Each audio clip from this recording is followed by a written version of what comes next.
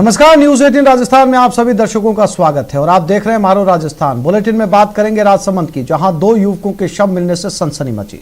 फिर दिखाएंगे आपको हत्यारिन दादी को और दिखाएंगे कहां पकड़ा गया घूसखोर।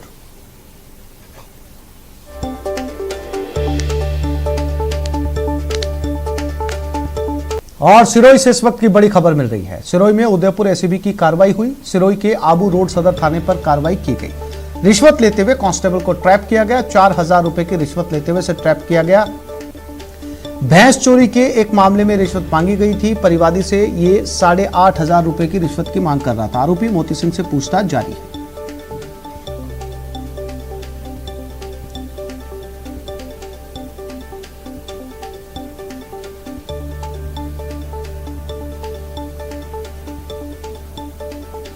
और इसी खबर पर ज्यादा जानकारी के लिए सिरोही से हमारे संवाददाता प्रतीक कुमार हमारे साथ फोन लाइन पे जुड़ गए। उनके साथ बात करते हैं।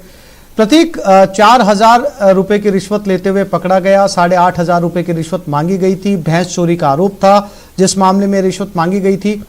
पूरा मामला क्या था प्रतीक, और भैंस की कीमत के लगभग ही इसमें जो है वो रिश्वत मांगी जा रही थी? जी बिल्कुल, बताना चाहूंगा कि आसिफ, यहाँ पर जो है एसीबी ने के जत्थे एक भ्रष्टाचारी चढ़ा है। यहाँ पर बताया जा रहा है कि एक आदिवासी ग्रासी की भैंस चोरी हो गई थी और जो चोरी होने के बाद में आपस में सेटलमेंट करने को लेकर मोतीलाल ने 8500 रुपए की डिमांड की थी, जिसको लेकर 4500 रुपए पहले दे दिए गए थे और 4000 रुपए की आज जो है मौके पर कार्रवाई करके उसको एसीबी करते चढ़ा दिया है। जी प्रतीक, जानकारी के लिए आपका धन्यवाद।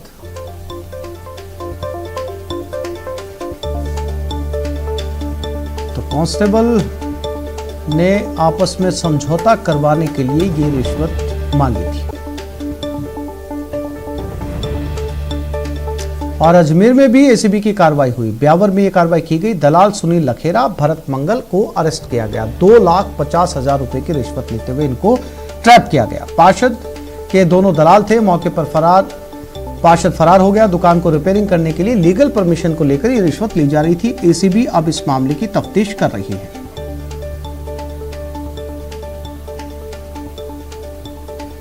तो पार्षद के दोनों दलाल बताए जा रहे हैं। फिलहाल पार्षद भी मौके से फरार हो चुका है। दुकान की रिपेयरिंग को लेकर यह रिश्वत मांगी गई थी। एसीबी ने ब्यावर में यह कार्रवाई की है। दलाल सुनील लखेरा और भरत मंगल को अरेस्ट किया गया। 2,50,000 रुपए की रिश्वत लेते हुए ये ट्रैप हुए हैं।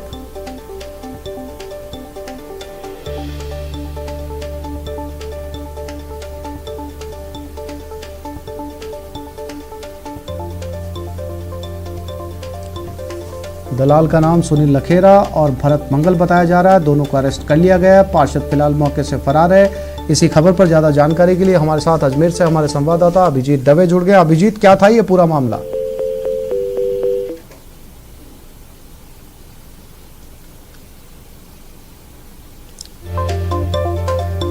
एक बार फिर से कोशिश करेंगे। अजमेर से एक खबर है जहां पर पार्षद के 2 दलालों को गिरफ्तार किया गया 2.5 लाख रुपए लेते हुए।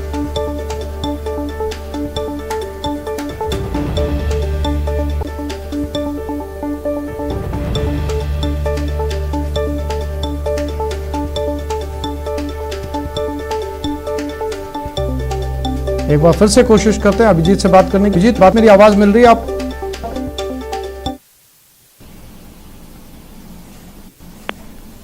अभिजीत, मेरी आवाज मिल पा रही है आपको? हाँ, सिर्फ मैं आपको सुन पा रहा हूँ। आपसे सवाल करें अभिजीत, क्या था ये पूरा मामला? देखिए, जोधपुर एसीबी की टीम ने इस पूरी कार्रवाई को अंजाम दिया है। जोधपुर एसीबी के एडिशनल एसपी हैं भोपाल सिंह लखावत, वो अपनी टीम के साथ यहाँ पहुंचे हैं। ब्यावर नगर परिषद के एक पार्षद हैं जिनका नाम कुलदीप बोहरा बताया जा रहा है। ये 2.5 लाख रुपए की रिश्वत के साथ जिन 2 लोगों को एसीबी ने अपनी हिरासत में लिया है, जिनका नाम सुनील और भरत मंगल बताया जा रहा है, इन दोनों ने एक परिवादी था जिसकी दुकान ब्यावर मार्केट में है और वो अपनी दुकान का जीर्णोद्धार और उसका नवीनीकरण कराना चाहता, जिसकी एवज में ये रिश्वत की राशि ली गई थी। इस पूरे मामले में फिलहाल जो जोधपुर की एसीबी की टीम है वो ब्यावर सिटी थाने में इन दोनों हिरासत में लिए गए आरोपियों से सख्ती से पूछताछ कर रही है। और जो पार्षद जिसके नाम के लिए ये रिश्वत की राशि ली गई थी, कुलदीप बोहरा, वो फिलहाल फरार है। कई बड़े खुलासे जो है 4:30 बजे का टाइम बताया गया है। जब जोधपुर एसीबी की टीम ब्यावर में मीडिया से मुखातिब होगी, उस पूरे मामले का पटाक्षेप करेगी। लेकिन एक बड़ा संगठित रूप से जो अभी तक हमें प्रारंभिक सूत्रों से जानकारी मिल पा रही है कि ब्यावर नगर परिषद में संगठित रूप से ये रिश्वत का खेल चल रहा था। इसमें और भी कई बड़े नाम शामिल हो सकते हैं, खाली एक महज कुलदीप बोहरा की बात इसमें सामने नहीं आ रही है, कुछ और भी बड़े नाम इसमें सामने आ सकते हैं। तो इंतजार यही किया जा रहा है कि जोधपुर एसीबी की टीम जो है अपनी प्रारंभिक पड़ताल पूरी करने के बाद जब मीडिया से ब्रीफ आउट करेगी तब इसकी और पर्चे खुलने की उम्मीद है। लेकिन 2.5 लाख रुपए की रिश्वत के साथ जिन 2 लोगों को अरेस्ट किया है, सुनील और भरत, ये पार्षद कुलदीप बोहरा के लिए रिश्वत की राशि ले रहे थे। आसिफ जी, अभिजीत, जानकारी के लिए आपका धन्यवाद।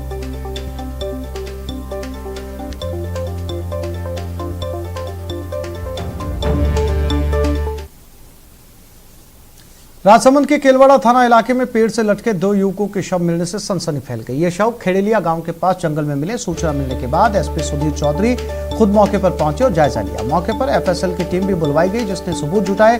उसके बाद पुलिस ने दोनों शव उतरवाकर पोस्टमार्टम के लिए भिजवाए। शवों की शिनाख्त अडुम्बा के रहने वाले अंबालाल और प्रकाश के रूप में हुई। जानकारी के मुताबिक दोनों युवक सूरत में साड़ी का कारोबार करते थे और पिछले 1 महीने से लापता थे। फिलहाल ये हत्या है या आत्महत्या, पुलिस इस मामले की जांच कर रही है। गांव में 2 बॉडी लटकने की इतला मिली थी। मौके पर आके मालूमात किया तो दोनों बॉडी अटुकुम्बा गांव के रहने वाले हैं। एक का नाम अंबालाल है, दूसरे का नाम प्रकाश है। पीएम वगैरह कराया जाएगा। एफएसएल टीम मौके पर आ गई है। अग्रिम कार्रवाई जैसी होगी वैसी की जाएगी। बारां जिले में 3 साल की मासूम की हत्या के सनसनीखेज वारदात का खुलासा हुआ। 2 पक्षों में विवाद के बाद एक महिला ने दूसरे पक्ष के लोगों पर झूठा केस लगवाने के लिए अपनी ही पोती को जमीन पर पटककर उसकी जान ले ली। हालांकि मामले में पुलिस ने तहकीकात करते हुए बच्ची की हत्या के जुर्म में दादी को गिरफ्तार कर लिया। दरअसल सदर थाना क्षेत्र के बोरीना गांव के पानी भरने जाने के रास्ते को लेकर 2 पक्षों में हुए विवाद में 3 वर्षीय बालिका की 30 मई को हत्या कर दी गई थी। मामले का पुलिस ने खुलासा कर लिया है। पुलिस ने मामला 302 में दर्ज कर और अनुसंधान किया गया तो इसके सामने दादी इसमें हत्या निकली और पक्ष में जो अनुसंधान है साक्ष्य छुपाने का वो भी जारी है। माता पिता के खिलाफ जिन्हें रिपोर्ट दर्ज कराई थी, लड़की की माँ जो मीनाक्षी थी उसने रिपोर्ट दर्ज कराई थी, तो उसके खिलाफ भी झूठा रिपोर्ट दर्ज कराने के बारे में अनुसंधान जारी है। गिरफ्तार हो चुकी मुख्य आरोपी गिरफ्तार हो गए। चूरू के सन सिटी होटल में 25 साल की विवाहिता से उसके ही जीजा ने दुष्कर्म किया और फिर 1 साल तक अश्लील वीडियो वायरल करने की धमकी देकर शोषण करता रहा। पीड़िता ने 21 मई को महिला थाने में आरोपी जीजा के खिलाफ मामला दर्ज करवाया। बावजूद इसके आरोपी पुलिस गिरफ्त से दूर है।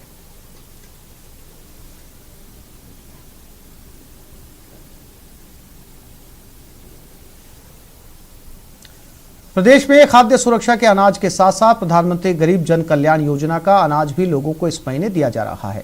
बाड़मेर राज्य के उन जिलों में जहां सर्वाधिक अनाज लोगों के घरों तक पहुंच रहा है। अकेले बाड़मेर में 18,000 मीट्रिक टन अनाज लोगों के घरों तक पहुंचाया जाएगा। रसद विभाग जहां अनाज वितरण के इस काम को पूरा करने के लिए अपना पूरा प्रशासनिक अमला लगा चुका है, वहीं एफसीआई गोदाम के आगे अनाज लेकर पहुंचे वाहनों की लंबी कतारें देखने को मिल रही हैं।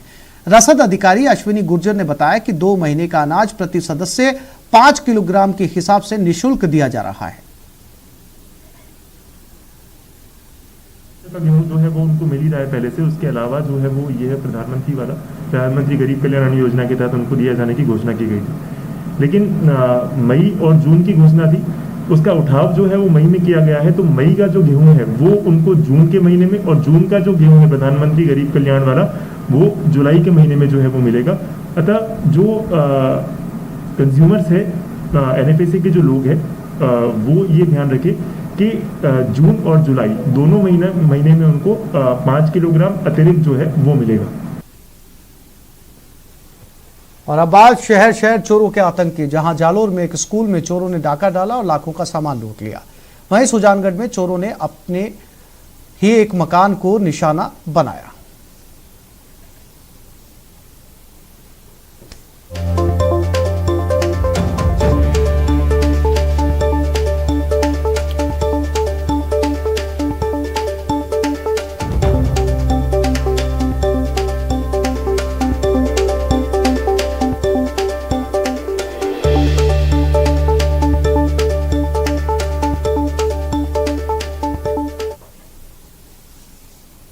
और अब बात रफ्तार के कहर की, जहां राजसमंद जिले के रूपाखेड़ा टोल नाके के पास आज एक कार मोड़ बेकाबू होकर डिवाइडर पर पलट गई। हादसे में कार सवार पति पत्नी घायल हो गए। बूंदी शहर में कोतवाली और सदर थाना क्षेत्र के 2 अलग अलग स्थानों पर हुई सड़क दुर्घटनाओं के दौरान पैदल चल रहे राहगीर और कृषि उपज मंडी के हमाल की मौत हो गई। जालौर सिरोही मुख्य मार्ग पर सीमेंट भरा हुआ ट्रक पलट गया, जिससे ड्राइवर को मामूली चोटें आई।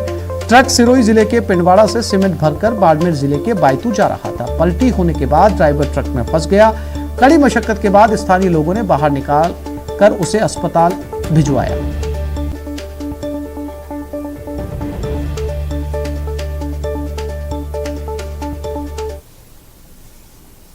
और अब बात वैक्सीन की, जहां प्रदेश में कई जगहों पर वैक्सीन को लेकर भ्रम कंफ्यूजन की स्थिति है।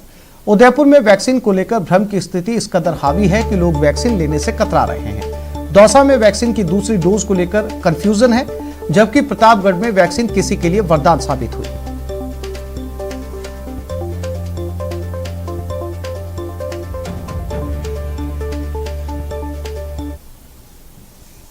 उदयपुर के आदिवासी बाहुल्य इलाके में अभी भी वैक्सीनेशन को लेकर भ्रम बना हुआ है। गांव वाले वैक्सीन लेने को तैयार नहीं हैं और मेडिकल टीम के साथ बदसलूकी भी कर रहे हैं। ऐसा ही एक वीडियो सोशल मीडिया पर वायरल हुआ।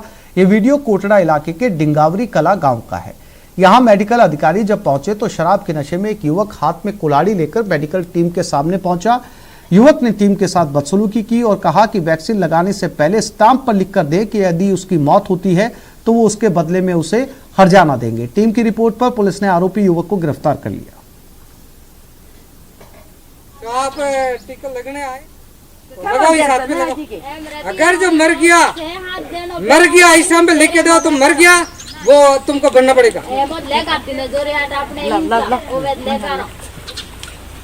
हिंसा कौन करेगा?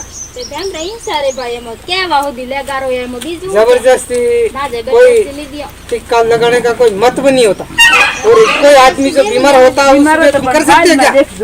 नहीं, तुम पैसा खर्च करोगे? मैं इस टाइम में लिख के देता हूँ, जो बीमार होगा 10,000 आएगा खर्चा, वो भी तुमको करना पड़ेगा। मैं लिख के देता हूँ, मैं इतना कमजोर नहीं हूँ, लिख के देता हूँ मैं। दौसा में कंफ्यूजन के कारण वैक्सीन की दूसरी डोज लोगों को नहीं लग पा रही। दरअसल कोविशील्ड वैक्सीन की दूसरी डोज 84 दिन बाद लगाई जाती है, जबकि कोवैक्सीन लगवाने वाले लोगों को दूसरी डोज 28 दिन बाद लेनी है। ऐसे में कोवैक्सीन और कोविशील्ड के चक्कर में लोग कंफ्यूज हो रहे हैं, लिहाजा समय पर वैक्सीन की दूसरी डोज नहीं लगवा पा रहे।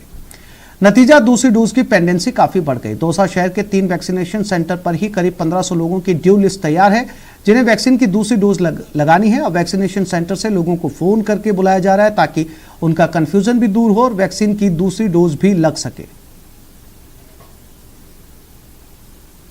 लोगों के कंफ्यूजन है, ये जो 84 डेज का जो कंफ्यूजन है वो बहुत लोगों में है।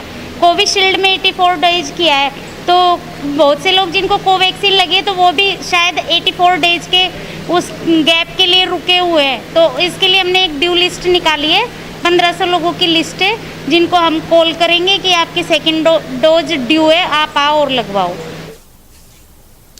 न डरिए न डराइए, सच जानिए और वही बताइए। प्लीज अफवाह मत फैलाइए। वैक्सीन ही है संजीवनी, इसे अपनाइए। और यही काम कर रहा है नेटवर्क 18, जो फेडरल बैंक के साथ मिलकर वैक्सीनेशन को लेकर जागरूकता अभियान चला रहा है, जिसका नाम है संजीवनी ए शॉट ऑफ लाइफ। और काम है जागरूकता के जरिए कोरोना को मात देना।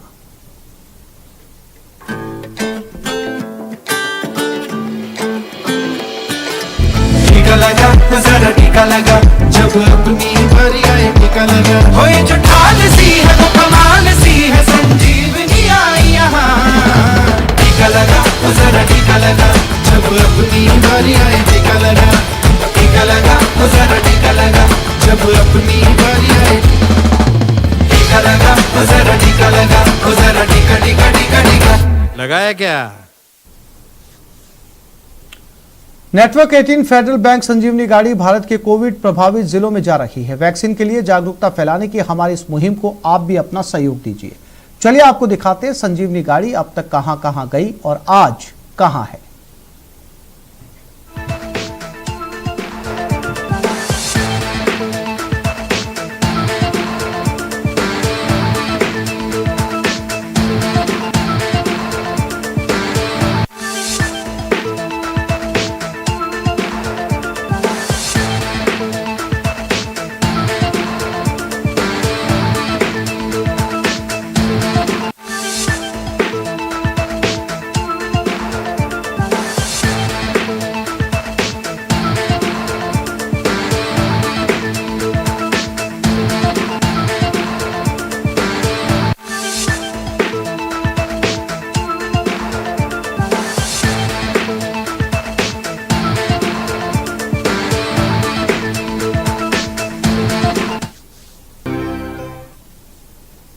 कोरोना की दूसरी लहर के बाद लोगों की नींद खुली है और अब जाकर टीका और टीकाकरण के लिए शोर मचा है। लेकिन जम्मू कश्मीर का एक ऐसा गांव है जहां तमाम दुश्वारियों के बावजूद वैक्सीनेशन के योग्य सभी लोगों का टीकाकरण कर दिया गया है और यह है बांदीपोरा का वेयान गांव।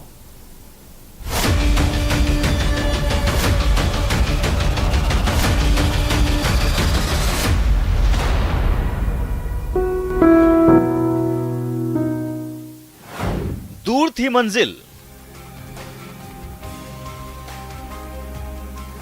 मुश्किल थी चढ़ाई, स्वास्थ्य कर्मियों ने की हिम्मत, मेहनत रंग लाई।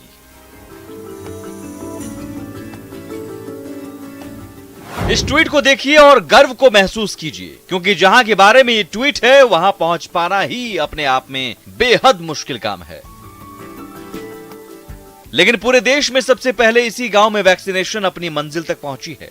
एक इलाका विवन का इलाका है जहाँ पे 8-10 किलोमीटर जो कि ट्रैकिंग का रूट रहता है वहाँ पे पहुँचने के लिए, और 2 से 3 घंटे का ट्रैक करके ये जो हमारी वैक्सीनेटर्स और ये विलेज लेवल टीम है वहाँ पे पहुँची और वहाँ पे पूरी तैयारी के साथ जाके जो वहाँ पे 100% का टारगेट वैक्सीनेशन का वहाँ पे अचीव किया गया है।